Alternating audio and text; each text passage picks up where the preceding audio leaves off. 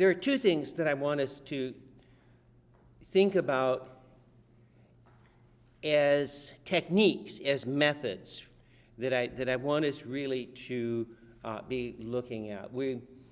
This subject of the new Middle East with a question mark, I suspect, is the real core that we should be looking at and trying to figure out. And the first thing that I want us to think about is,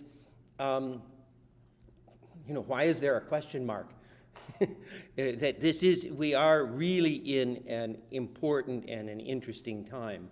And there are lots of new developments. And so we've got, on the one hand, I want us to think about the broader context of time and space, changes over time, so that we can get a sense of what's going on.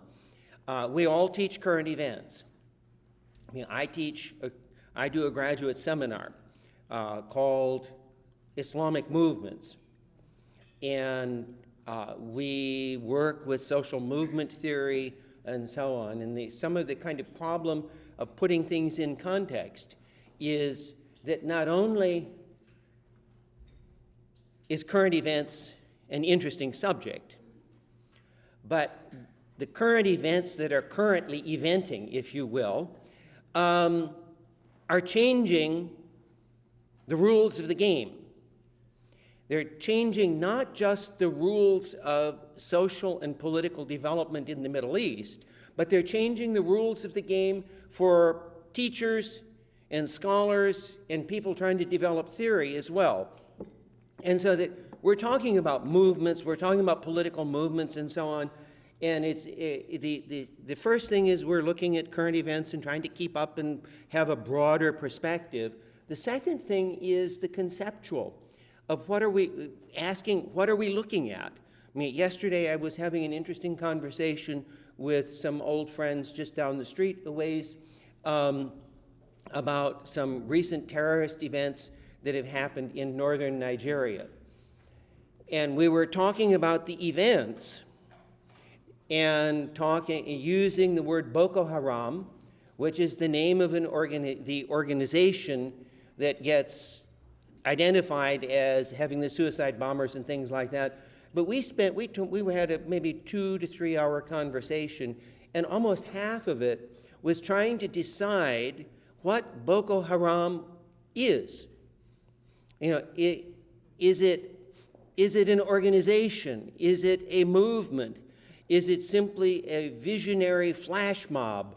And so on. And we're in a situation where how we teach is changing as much as what we teach. And so that in social movement theory, for example, there is a scholar who helped to define what social movements were, someone by the name of Charles Tilly.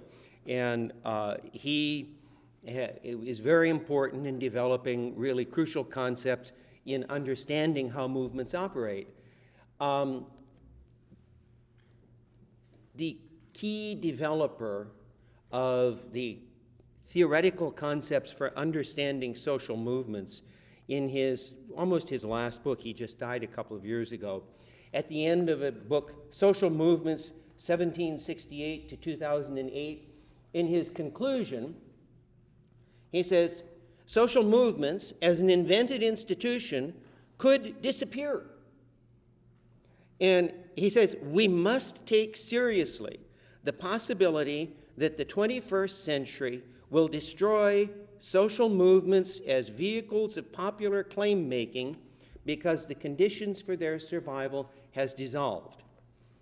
That there will still be advocates, there will still be proponents for doing certain things, but what we are used to, things like the civil rights movement here in the United States, or things like nationalist organizations and movements in countries around the world, things like the labor movement and so on, that those are all modern style movements with particular kinds of organizations.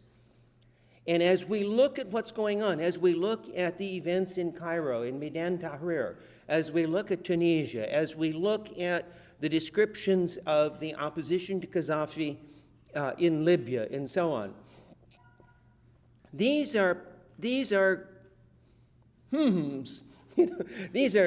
movements, organizations, flash mobs. What are they? Kind of thing. That these are things that are different from the kind of things that we are used to in thinking about politics and society and organizations. And I want us to keep that in mind, because then there are three things that you have a handout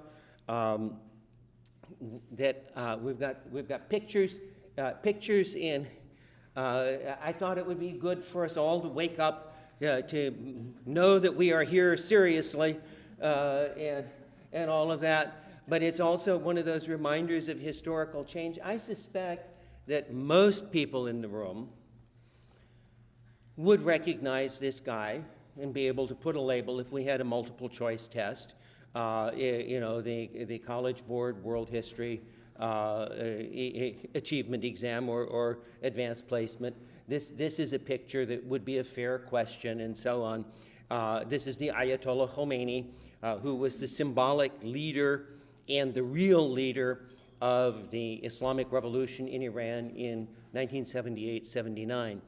And it's interesting, as I look around the room now, there is what I would call a major generational divide among teachers and among scholars and among analysts.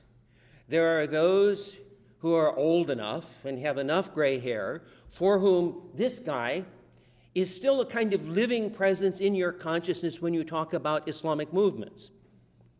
But this guy died in 1989, which means that my freshmen in college were born after this guy died. And for my freshmen, this picture can go next to the picture of Ramses II and Henry VIII, as an interesting world history phenomenon. And I think that that we've got changes. And so let me give us a second picture then. Now this guy is the successor to the Ayatollah Khomeini. He is the Ayatollah Khamenei, which is, I wish they would have gotten together and had the Ayatollah Yazdi rather than Ayatollah Khamenei. It would be easier to teach. But this is then the guy who was the president of the Islamic Republic, while Khamenei was the supreme spiritual guide. And when Khomeini died, Khamenei became the supreme spiritual guide and has been in that position since 1989. And this is a face that's different. I mean, somehow he's smiling and the Ayatollah Khomeini wasn't. But this is still within the mode that when we think of Islamic movements and Islamic revolution in the Middle East, this is part of the idiom that is in the back of our mind. And then we've got a third one. Now how many, if this were on our multiple choice question, how many, or a fill in the, no, this has to be a fill in the blank. How many would have a name that you could fill in the blank for this one? Anybody? Now, I'm not supposed to mic it. You want to boom it out. Well, I'm not sure I'm right. This is Ayman Zawahiri, right? This is the guy who was the successor to Osama bin Laden as the leader of Al-Qaeda, and this is one of his pictures. Now, if you put those images together, this is, Khomeini, Khamenei, Zawahiri. Each of them are different people. One can do whole courses on the evolution of Islamic intellectual radicalism and so on. But in terms of image, this is kind of our standard. This is 20th century. This is 20th century Islamic movements. Tilly doesn't say that these guys' movements aren't movements. And one of the big arguments here in D.C. is whether or not the organization that Zawahiri heads, Al-Qaeda, is an organization or not.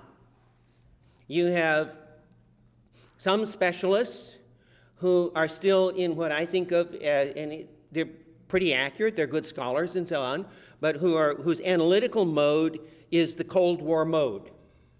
The enemy has to be as well organized, well, I was going to say the enemy has to be as well organized as the Pentagon, but that might, but they assume that the enemy is going to be like the Manchester Union leader thought the enemy was in the 1960s, an organized political party or an organized terrorist group that is going to go around and subvert virgin professors and things like that to take over the world, and it's a well-organized party organization. And to some extent, Al-Qaeda as a 20th century organization was that. But the dynamics of the Islamic Republic in Iran, the dynamics of Al-Qaeda, the dynamics of organizations,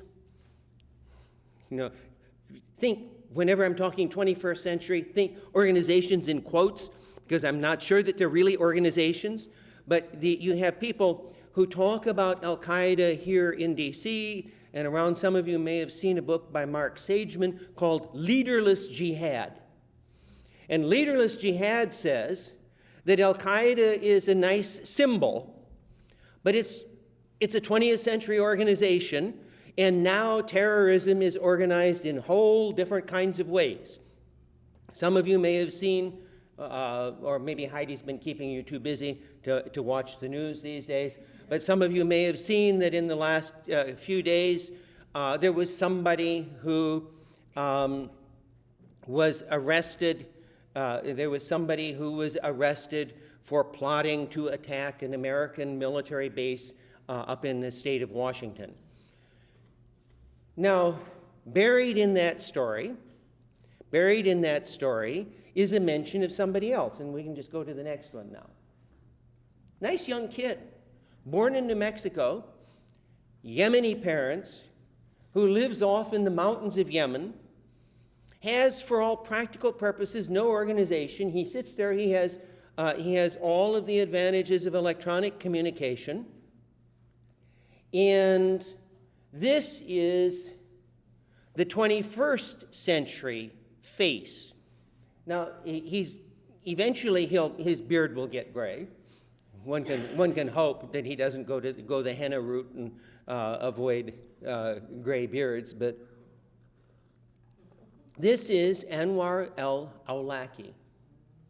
And Anwar el-Awlaki, who speaks like his English is like any good Midwesterner, which is clearly a revolutionary kind of vocabulary. But and he doesn't do anything. He is a connector. People come across his teachings. People come across his website.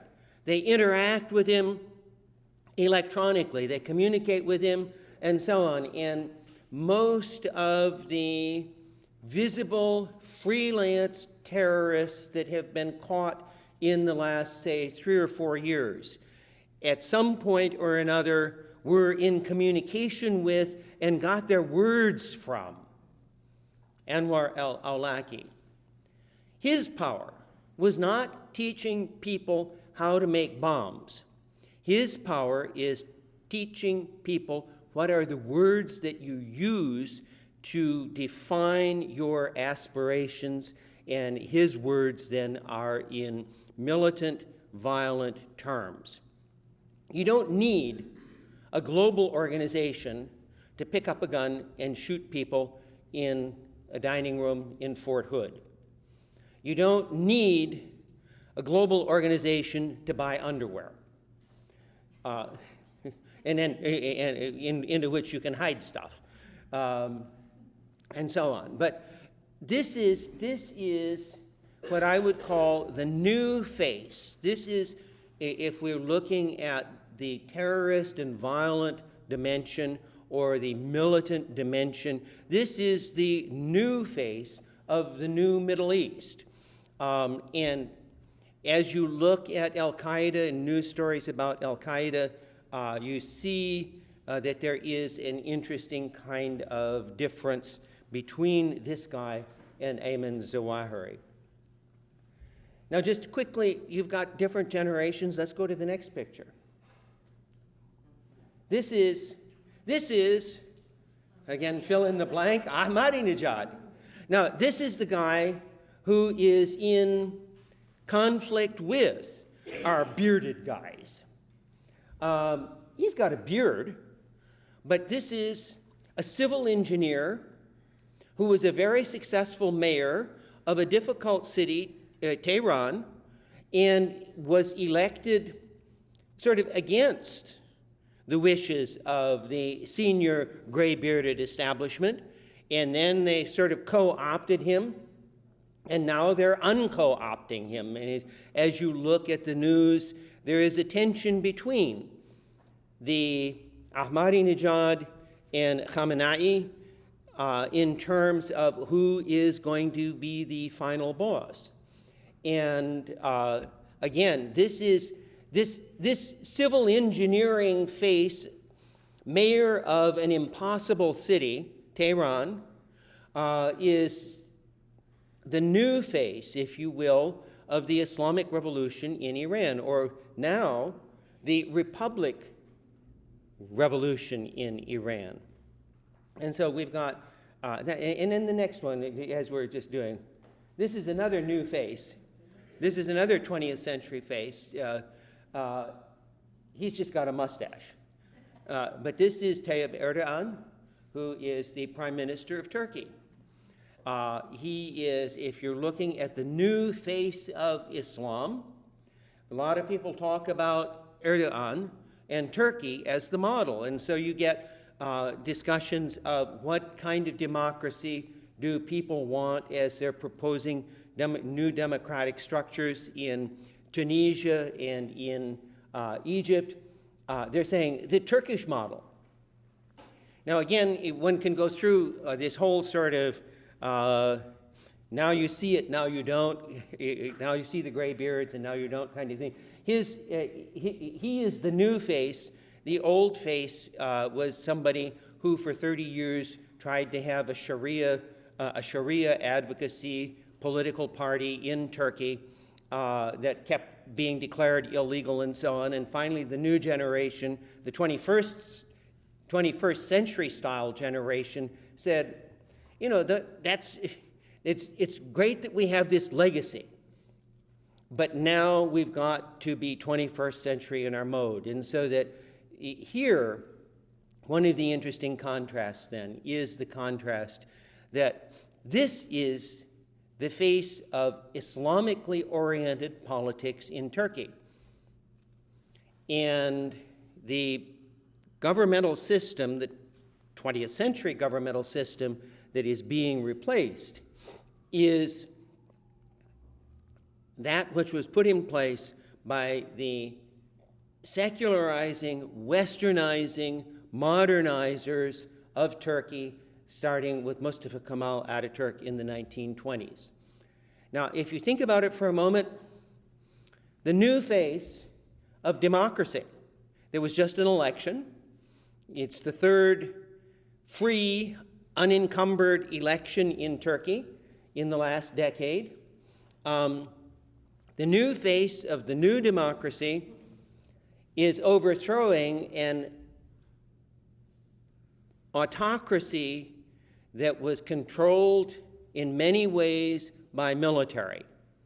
But now, in contrast to what we think of our kind of mode of how do we identify the good guys and the bad guys, in Turkey, It was the advocates of a secular politics, keeping religion and politics separate, that established the authoritarian, military-dominated regime in Turkey. And so that it was the Islamic voice, the Islamically oriented voice, that pushed the secular voice into the background. Now, that should put a little red flag on some of our current news as well. Think about it for a moment as to what is the Arab Spring opposed to. The Arab Spring overthrew Ben Ali in Tunisia. The Arab Spring overthrew Hosni Mubarak in Egypt. The American invasion in Iraq overthrew Saddam Hussein some years ago. The current opposition in Syria is to overthrow the Assad family. The one thing that Ben Ali, Saddam Hussein, Mubarak, and the Assads have in common is that they are secular, modernizing, westernizing autocrats. We tend to identify democracy with secular. We tend to identify democracy with Western. But in the new Middle East, we are reminded that the gift of secularizing, westernizing modernization to the Arab world was military dictatorships. Saddam Hussein was not the product of the historic legacy of Islam. Saddam Hussein and Assad and Mubarak and Ben Ali were the gift of modern Western secularism to the Arab world. And so I think that as we're thinking about these things then, I want to take just a few minutes to look, to remind you now of the sheets that I've handed out, because as we look at, say, you've got a bunch of news articles there that we can just look at briefly. There are two things, the two sort of things that I started off with. We've got the current events that we're looking at, and those are changes that we really have to deal with. Those are changes that we have to cover. But those, however dramatic they are only part of the really fundamental underlying transformations and revolutions, the diverse revolutions that are taking place. The really fundamental revolutions are not the overthrow of Mubarak or the overthrow of Ben Ali or, God willing, the overthrow of the Assad family in Syria. The really fundamental revolutions are certain kinds of transformations that have taken place. And sometimes we're all victims of good educations. You know, I love to think back about what I learned as a graduate student at the Center for Middle Eastern Studies at Harvard.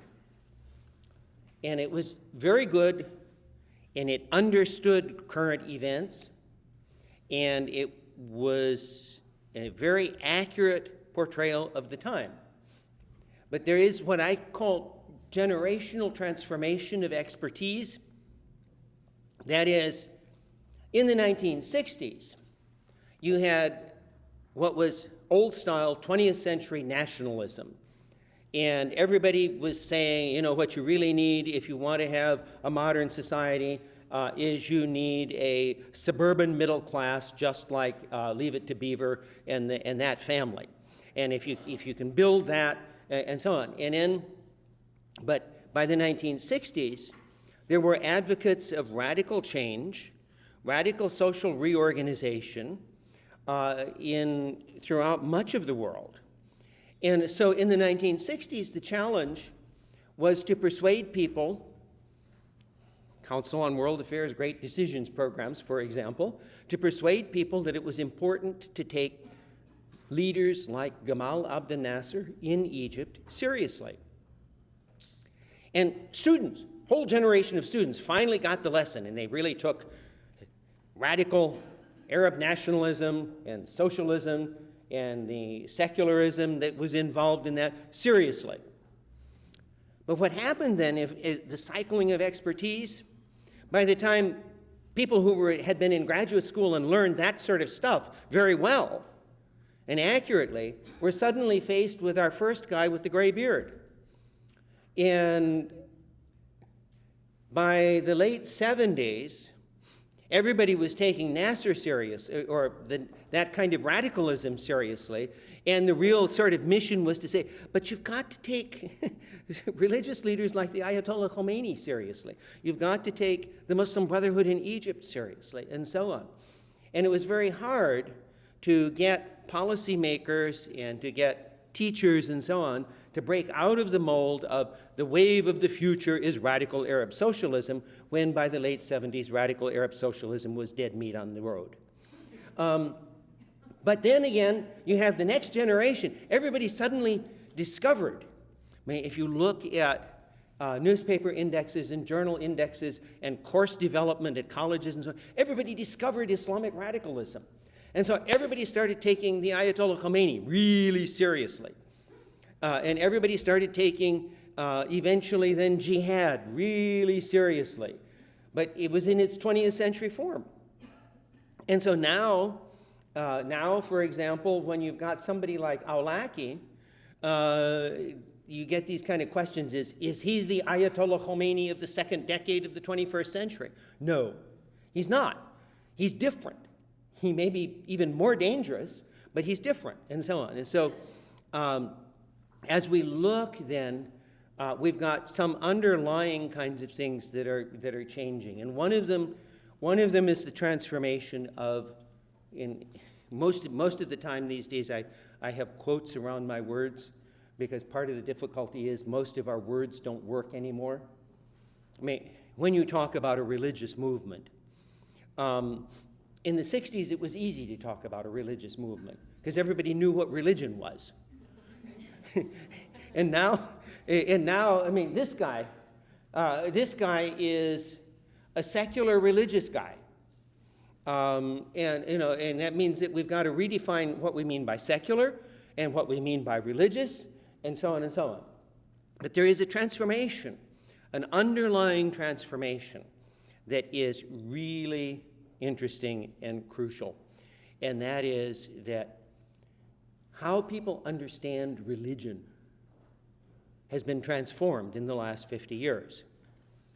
Modernization, 50 years ago, when I was in graduate school, modernization was going to bring an end to religion in the public sphere. Secularization theory was bedrock what you learned in political science, what you learned in history, what you learned in sociology. Religion was there were conferences in the late 60s and early 70s. What will the nature be of religion-less societies? And I quote in this thing here that in 1968, Arnold Toynbee, a great world historian who paid a lot of attention to religion, but writing in 1968, he said that all current religions, whether tribe-bound or missionary or lower or higher, have been losing their hold on the hearts and consciousnesses and minds of their former adherents. Religion is dying. And nobody disagreed with that. But now, if you look at the November-December issue of Foreign Affairs, for example, the world ahead, and one of the major articles in here is, its title is A Globalized God, Religion's Growing Influence in International Politics. And just as nobody saw anything, had any problem with Toynbee's religion is dying and dead, now nobody has any problem with Scott Taylor saying, around the world from the southern United States to the Middle East, religion is on the rise. And, we now take that for granted. Everybody looks at Midan Tahrir and they say, oh, there must be some Islamic militancy here someplace. Let's go and find a Muslim Brotherhood member and interview him. But religion now is there. And, let's look at the next picture. Now, this is a very 21st century face. Probably most of you don't immediately recognize it. This is Wael Ghonim, Ghonim. Ghonim was the chief marketing executive for Google in the Arab world centered in Cairo. And he was the organizer. If there were an organizer or a corps of organizers, this guy was at the center of it in Midan Tahrir and the demonstrations that overthrew Mubarak in Egypt. He's not a theologian. He is not a politician. He is not a self-conscious intellectual writing op-ed pieces. He's a business manager in the biggest business now in the world of information management. And he worked then with information management in a very interesting way. And so as you look at, I apologize for having to make it very small. This is a bibliographic. For those of you who are almost as old as I am, this is a bibliographical reference, and then you can find it and get it in a type size that you can read. But I squeezed it down. That there was an article in the Times in mid-February, a Tunisian-Egyptian link that shook Arab history.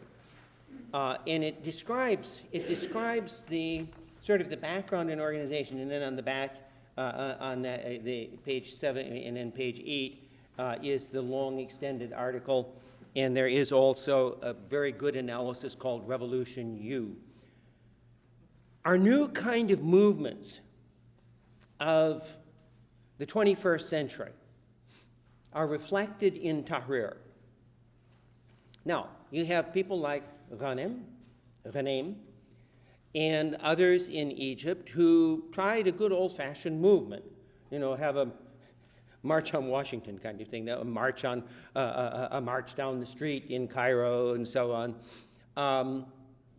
In 2008 and 2009, there was real unrest, real discontent with the Mubarak dictatorship and so on, but it simply kind of fizzled. And so you had a group of young people like Wael who kind of sat down and said, geez, what did we do wrong? And then they said, well, they Googled, and they said, there were people who got rid of an even worse dictator than ours, Milosevic up in Serbia. What did they do? And lo and behold, they discovered that the people who overthrew Milosevic in Serbia did workshops on how to overthrow dictators, making use of flash mobs and this kind of technology. And this describes the sort of global network of self-help, how to organize electronically ways of overthrowing authoritarian regimes. And without Google, it doesn't happen. But you have this whole, and this is, there's no communist international in some Kremlin someplace. I mean, it's all up in the ether. But it's a brand new kind of structure. Now, in this, there is no conscious religion if you define religion in the old ways. That one of the early analysts, again, another nice article in the Times by Michael Slackman, commenting on the intellectual content. These are not necessarily content-driven movements. Yeah. But like Arabism and socialism before it, the political Islam of Ayatollah Khomeini in Iran and the radicalized ideology of Al-Qaeda and Osama bin Laden have failed to deliver in practical ways for the millions of people across the Middle East who live in bastions of autocratic rule. One of the characteristics that has been often noted of the Arab Spring is that it is not ideological. There aren't content programs that are being put forward. Google doesn't have content. Google is a mode of getting access to whatever you want. And these are revolutions of access to whatever you want kind of thing. And so one then asks, well, where does religion fit in? And here is where we need to really rethink religion. And let's do the next. These are Tahrir activists. In Arab Spring, I don't think there is anyone who, if you took a mic and went up and interviewed them, would say, I am not a Muslim, or I am not a Copt, or, the Christian identity of Egyptian Copts and the Muslim identity of Egyptians, the Muslim identity of Tunisians, and so on. This was never, nobody was saying, this is for the cause of secular democracy to overthrow a wicked autocracy. Religion was an assumed part of the identity. And so that as you look at this particular picture, for example, first off, if we sort of deconstruct the picture, you will notice that even though this is a bunch of young women, it is not in a gender-segregated context, because you have also young men then immediately around them participating in the same activity in the same space. This is not a gender-separated thing. Then as you look, one of the difficulties is, you always like to find pictures both that you can download and that prove. There should be here somebody who doesn't have a headscarf on, because as you look at the pictures that pan Midan Tahrir or the Jasmine Revolution in Tunisia, not only were they gender mixed, but they were also, what should we call it, fashion mixed. There were, women were very active. And some of the women who were active were not covered, and some were covered. But as we think in terms of the vocabulary, deconstructing the vocabulary of this, it's interesting. There are at least 4 different Islamic identities that are here in this picture. You'll notice there is not a standardized head covering, which is one of those things, people, when one talks about the veil and the burqa and so on, the vast diversity of what women in the Muslim world consider appropriate, chaste, virtuous clothing is amazing. And it stretches from what I call, friends of mine and I like to call essentially the Gucci approach, really, really nifty, fashionable. And we get kind of close with the taller woman there. That's probably one of the upper class department store head coverings. You have a more plain kind of covering, but then she has Then she has makeup marking. Now, as you look, none of these are conservatively or traditionally dressed. And if you wander around Egypt at this point, the conservative traditional woman wouldn't have this kind of head covering at all. It would be just sort of a black covering. And one of the things, at least one, if you had a group that had one or two conservative women, at least one of them would have henna on her fingernails. None of them, I've been looking and looking. This is not henna. This is different color. It's flag coloring. See, this is the color of the flag, and this one has red. This one has the same coloring as the flag, but nobody has henna. And so that this in Tahrir, you have a very Islamic set, or a set of very Islamic identities participating. And nobody was surprised that you have, one, that you have these people out, these young women out at all. And two, nobody's surprised at the diversity. This is clearly a single group. But this one comes closest to the Muslim Brotherhood. That one comes closest to Gucci. And these two come closest to my Georgetown students. And I think that we are looking at a world then in which religion has been transformed. Now, as you read about the movements and current events, there are the events, but then look for the words that say, okay, what are the visions? One shifts maybe away from religion. What are the visions that these people are proposing? What do they want? And it's no longer old theological, old legal kind of arguments. And you get then in this same page that has on page 7, you get now in the new context of Egyptian politics, you get the younger generation of Muslim brothers who are putting forward plans that aren't advocacy of Sharia.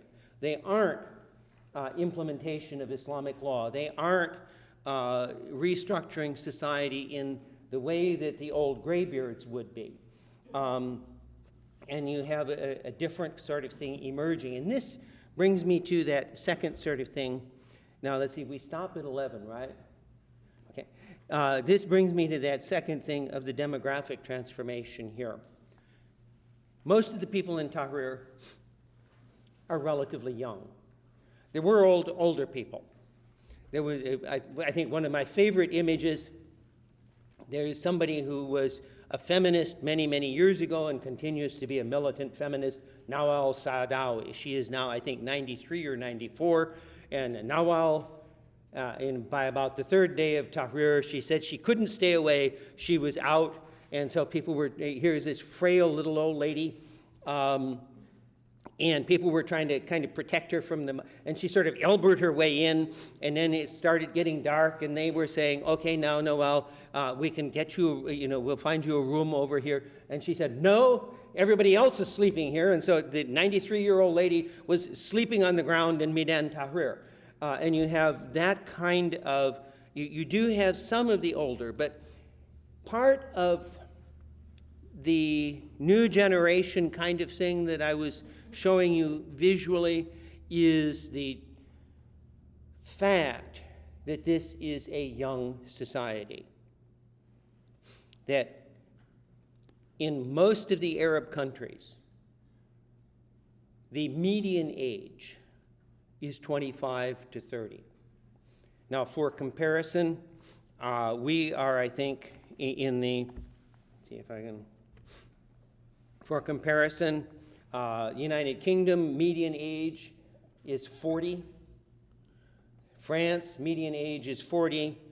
We, thanks to immigrants, are a little bit lower. Our median age is 36. But you look at Egypt, median age is 24. Saudi Arabia is 25. Iran is 26. And the most startling case is Yemen, where both the CIA and the Encyclopedia Britannica essentially agree median age is 18. 18? Wow. But that means then that people like these are the majority.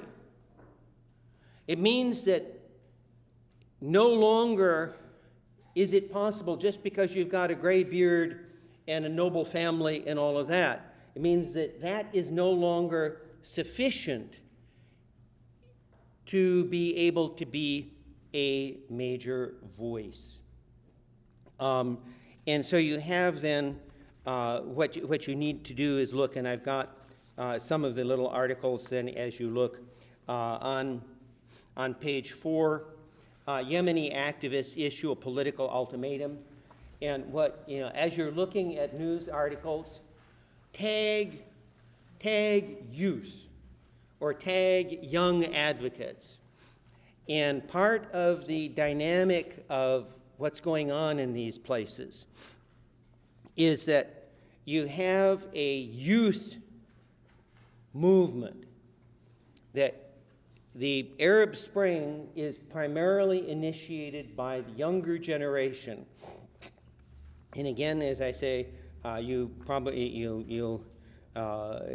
of you have good eyes, and so that you can maybe even squeeze this, but you look over in the Vying for Power, youth movement, human rights and youth activists who launched the uprising in January. They are unhappy with the current efforts, and so on. The youth activists in Yemen think that the old geezer opposition parties are just as bad as the old geezer ruling establishment, and that the old geezer establishment really doesn't help itself. Buried in this article, you have one of the leaders, an opposition leader. Without doubt, the youth are upset with us, and if it is up to them, they will want to come up with something new. Good heavens, they will want to come up with something new. Our hearts go with their wishes, but politics is the art of the possible. But it's the nature of youth.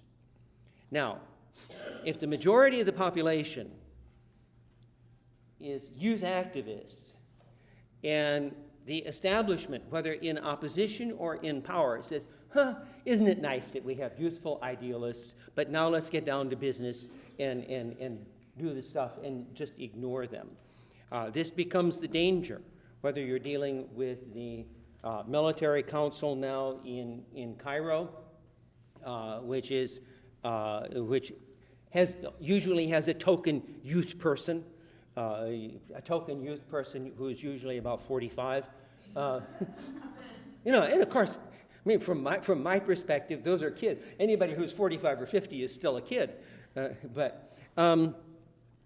have then that demographic. You have the demographic revolution that, as you're reading the news stories about current events, look for what the young people are doing. And then, just quickly, the real engine, if you will, for how do things get done is in terms of the communication revolution.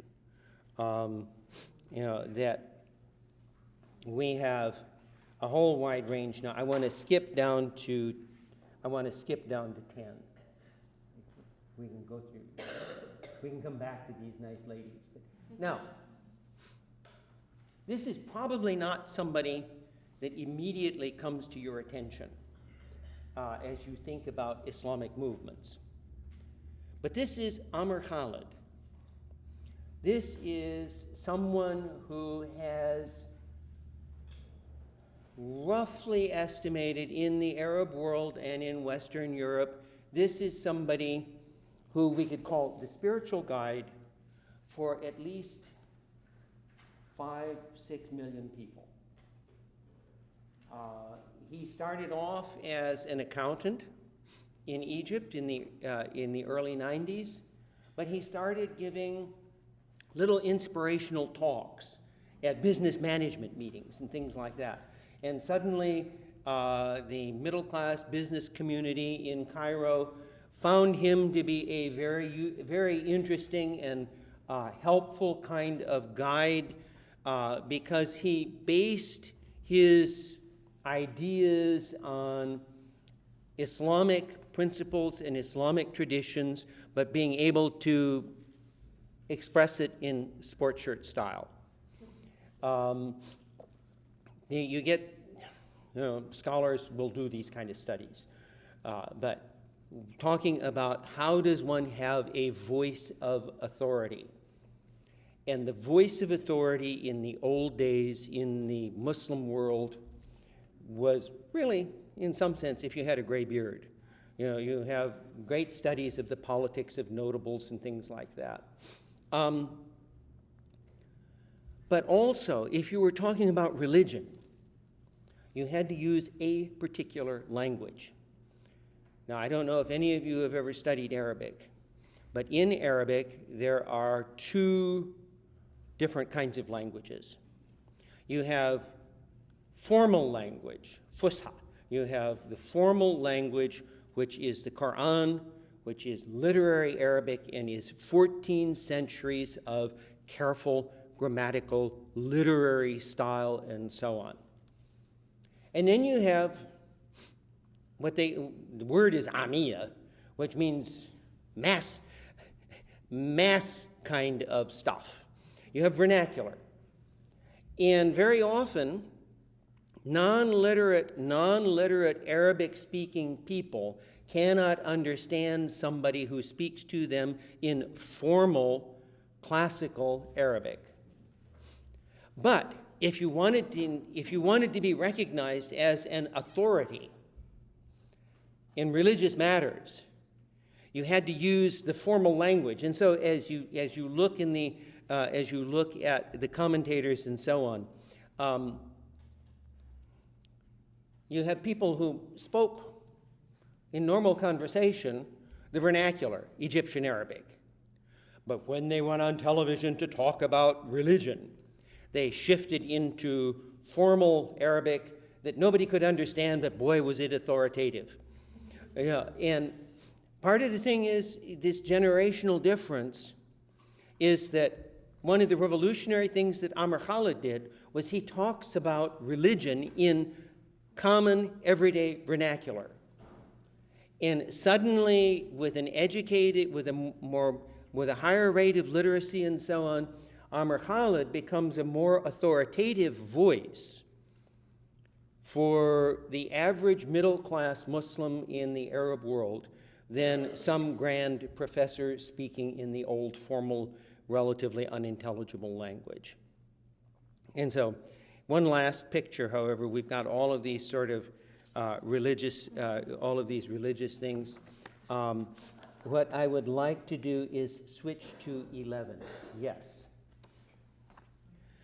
Now this is Nigar Jamal and Eldar Gasimov.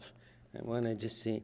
I have a friend who is trying to teach how to interpret the Quran in modern terms and in contemporary terms, and he's working very hard in that. He is in Azerbaijan.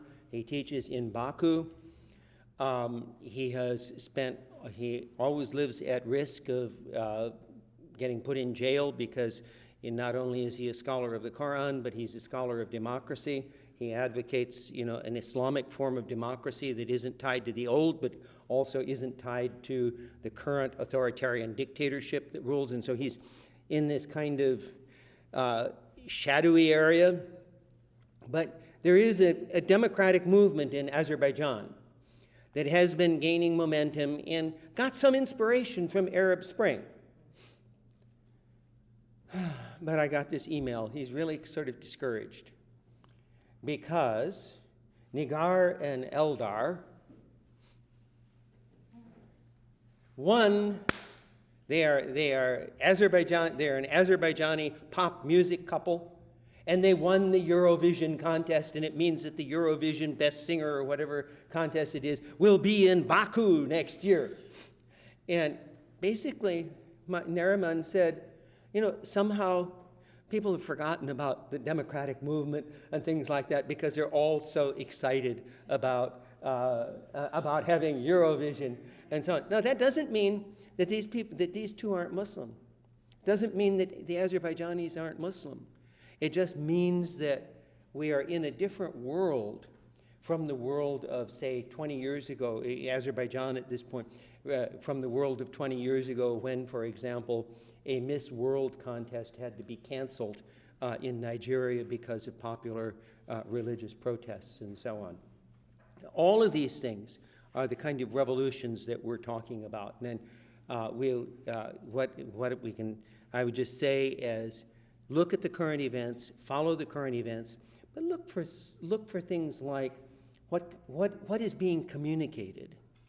What is being communicated in the new modes, the youth dimensions, and the religious dimension that is not the old-fashioned religious dimension.